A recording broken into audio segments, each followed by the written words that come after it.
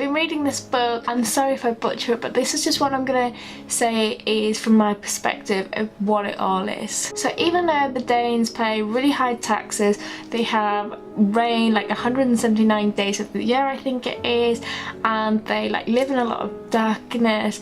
Poll after poll will tell you that like they're some of the happiest people in the world, and it all comes down to like this way of life that they have, this Hygge. And sorry if I'm like butchering the pronunciation there, and it does say in the book you can pronounce it various different ways, but there's no English translation for the word, and it's really because it's more about a feeling of like creating coziness and warmth and closeness and intimacy, and I guess that feeling of complete bliss.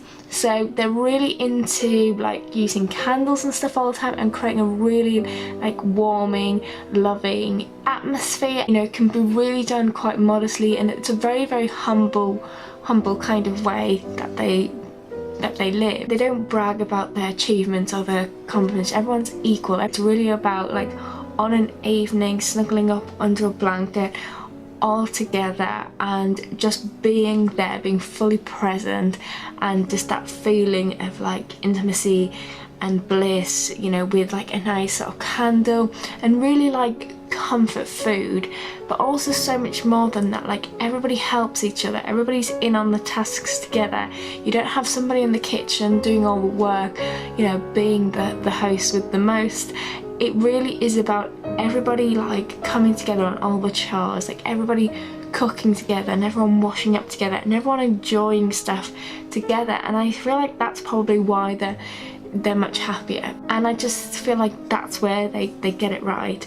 You know, there's no competitiveness. It really is about we're all in this together, and it's just creating this atmosphere. And you know, it's about woolly socks and cozy blankets and just low lighting. They don't like, you know, using sort of the big main ceiling light. It really is like low lighting, comfort food, creating food together, all being one, and just this great sort of quality of life, and choosing restaurants and cafes not on sort of price or even on taste, how good the atmosphere is. You know, they really immerse themselves in, you know, creating that feeling. From a young age they, you know, teach children that whatever your skill is, that's really important and that's really valued.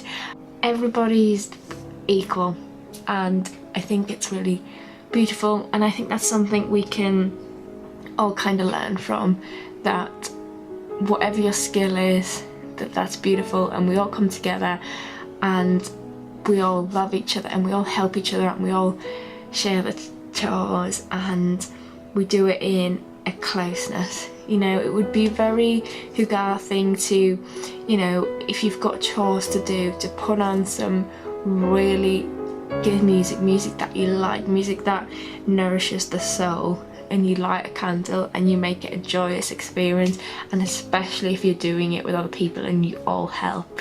I think for me, to sum it up, I would say it's closeness, it's intimacy, it's sharing, it's coziness.